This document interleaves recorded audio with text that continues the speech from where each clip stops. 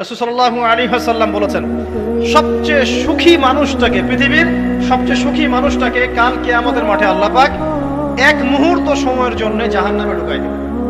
কতটুকু সময়? এক মুহূর্ত। আল্লাহ পাক জানেন কতটুকু সময়। এরপর তাকে বের করে বলবেন, দুনিয়াতে সুখে ছিলা?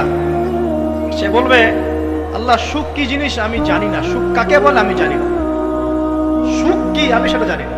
আল্লাহ সুখ কাকে বলে আমি সেটা জানি না। আর এই পৃথিবীর সবচাইতে নির্যাতিত, নিপীড়িত এবং দুঃখ ক্লেশে ভরা মানুষটাকে আল্লাহ পাক এই এক মুহূর্তের জন্য জান্নাতে ঢুকিয়ে দেবেন, দিয়ে বের করে নিয়ে আসবেন। বলবেন যে দুনিয়াতে দুঃখে ছিল, কষ্টে ছিল? এই ব্যক্তি বলবে, আল্লাহ কষ্ট কি জিনিস আমি জানি না, কষ্ট কাকে বলে আমি কষ্টের সংজ্ঞাই জানি না। এই ব্যক্তির তাকদিরে কি হবে পরে? এই ব্যক্তি জান্নাতের আরফ নামক জায়গায় দাঁড়িয়ে থাকবে, চেহারাটা ঘুরিয়ে দেওয়া হবে জাহান্নামীদের দিকে।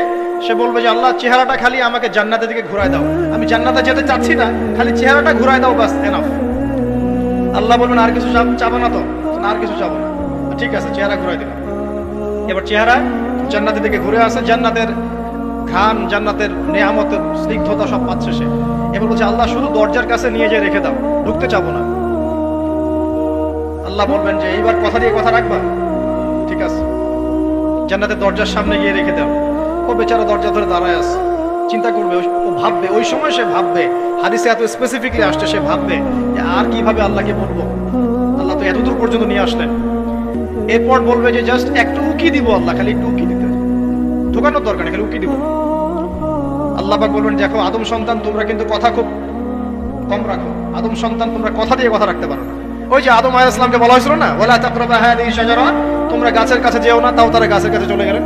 তোমরা কথা দিয়ে কথা রাখো না। এবার উকি দিয়ে সে বলবে, আল্লাহ এতদূর যখন নিয়ে আসছো, আল্লাহ আমাকে আর এখান থেকে দূরে ঠেলে দিও না, আমাকে ঢুকাই দাও আল্লাহ জান্নাতে। আল্লাহ পাক তাকে জান্নাতে ঢুকাই দিবেন এবং এই দুনিয়ার চাইতে 10 গুণ বড় জান্নাত তাকে দিবেন ইনশাআল্লাহ। তাহলে আমরা বুঝতে পারলাম যে দুনিয়ার বাস্তবতা কি আর আসল প্রকৃত সাফল্য কাকে বলে। আরেকটা কথা বলি, এক ব্যক্তিকে জাহান্নামের শাস্তি দেওয়া হবে বছরের পর বছর, অনেক বছর, অনেক বছর। কত বছর আল্লাহ ভালো জানেন, কারণ জাহান্নামের উপর থেকে ছেড়ে দেওয়ার পরে জাহান্নামের তলায় গিয়ে পৌঁছাতেই মানে কত হাজার হাজার বছর পার হয়ে যাবে মানুষ জানে না। এত গভীর জাহান্নাম, এত গভীর। আমরা তো এখন নাসাকে ইলাহ বানিয়ে নিয়েছি, নাসা যা বলে তাই বিশ্বাস করি। ও বলে মঙ্গলে পানি আছে, আমরা বলি হ্যাঁ পানি আছে। ও বলে চাঁদে এই আছে, আমরা বলি হ্যাঁ সেই আছে। নাসা যদি এখন বলে জাহান্নাম নামে একটা জায়গা আছে, কালকে দেখবেন সব মানুষ বিশ্বাস করছে জাহান্নাম নামে একটা জায়গা আছে। এটা হলো যে সায়েন্সকে আমরা এখন উপাস্য বানাচ্ছি, এটা একটা শিরক, আধুনিক শিরক। আধুনিক আরো শিরক আছে, আল্লাহর হালালকে হারাম করা, আল্লাহর হারামকে হালাল করা। ওদিকে আমি যাচ্ছি না। এখন পড়তে পড়তে পড়তে একটা জায়গা তাকে দাঁড় করিয়ে দেওয়া হবে, আযাব দেওয়া হবে, আযাব দেওয়া হবে, আযাব দেওয়া হবে। এক পর্যায়ে সে চিৎকার করতে থাকবে, ইয়া মান্নান ইয়া হান্নান, ইয়া মান্নান ইয়া হান্নান। এভাবে চিৎকার করতে করতে, এগুলো আল্লাহ পাকের নাম। এগুলো কি আল্লাহ পাকের নাম। আল্লাহ পাক বলবেন, দেখো জাহান্নামের অতল গভীরে কোন আমার বান্দা আমাকে ডাকছে, কি হাজত তার, নিয়ে আসো। ওকে জিজ্ঞাসা করা হবে কি প্রয়োজন, সে শাস্তির অভিযোগ করবে। শাস্তির অভিযোগ করে তাকে বলবে যে আমার এই শাস্তি আমি সহ্য করতে পারছি না, আল্লাহ আমাকে এইটা দাও, সেইটা দাও আমাকে, আমি যেখানে থাকি সে থাকার জায়গাটা ভালো না, আমি যেখানে বসি বসার জায়গা ভালো না। এরকম অনেক কথা বলতে থাকবে। আল্লাহ পাক তখন তার গুনাহগুলোকে স্মরণ করাবেন, মানে তার এই অবস্থা কেন হলো এটা স্মরণ করাবেন। এবার সে ব্যক্তি পিছনে ফিরে, তাকে আবার পাঠিয়ে দেওয়া হবে, যাও পিছনে ফিরে যাও। তো যেতে যেতে সে তাকাবে পিছনে ফিরে, বারবার তাকাবে আর বলবে, আল্লাহ তোমার রহমতে আমাকে একবার সেখান থেকে তুমি বের করে নিয়ে আসছো, আল্লাহ দ্বিতীয়বার আমাকে সেখানে পাঠাও। আমি তোমার রহমতের আশা রাখি যে তুমি আমাকে মাফ করে দিবে। আল্লাহ পাক বলবেন, আমার রহমতের ওসিলায় সে আমার কাছে চেয়েছে, যাও আমি তাকে মাফ করে দেব। এই জাহান্নাম থেকে বের করেও আল্লাহ পাক অনেক মানুষকে কি করবেন, জান্নাতে দিবেন ইনশাআল্লাহ। একজন ব্যক্তির কথা আসছে, 99টা খুন করেছে, তওবা করার সুযোগ আছে কিনা খুঁজতে গিয়েছে। এক আবেদ যে ইবাদত করে, আলেম না আবেদ, সে বলেছে কোনো মাফ নাই, ওকেও হত্যা করে 100 পূর্ণ করেছে। পরে অন্য এক আলেমের কাছে গিয়ে তওবা করেছে। আল্লাহ পাক তার জান কবজের সময় ফেরেশতাদের দূরত্বকে পরিমাপ করে এই ওসিলায় আল্লাহ রাব্বুল আলামিন তাকে মাফ করে দিলেন।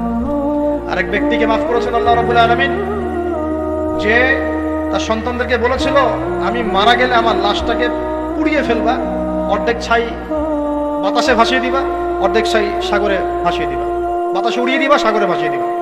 আল্লাহ পাক ছাই জড়ো করেছেন, করে বলেছেন কেন করেছো এই কাজ?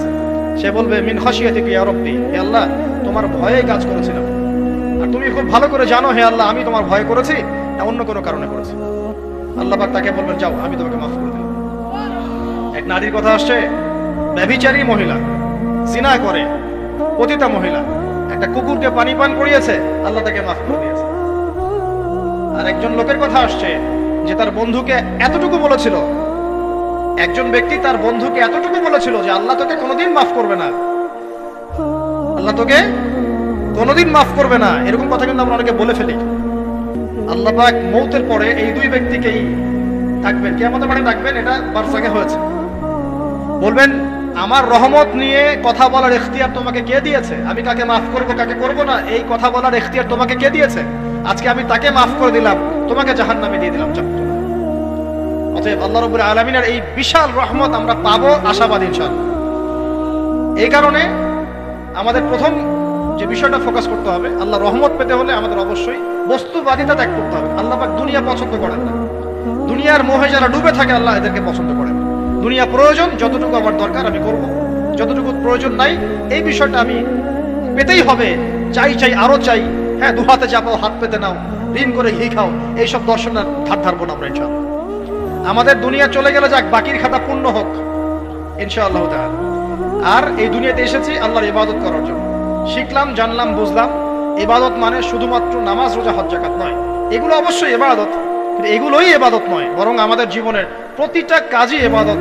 আমাদের স্ত্রীর মুখে ভাত তুলে দেওয়া পর্যন্ত, একটা মুসলিম ভাইয়ের সাথে হাসি মুখে কথা বলা পর্যন্ত, মুসাফা করা পর্যন্ত, এভরি সিঙ্গেল ওয়ার্ড যে আমরা এই দুনিয়াতে করি, এগুলো ইনশাআল্লাহ তাআলা ইবাদত বলে কাউন্ট হবে যদি আমরা এগুলোকে তিনটা পদ্ধতিতে করি। এক, আল্লাহর সন্তুষ্টির জন্য করি, দুই, রাসূলের পদ্ধতিতে করি, এবং হালাল খেয়ে করি।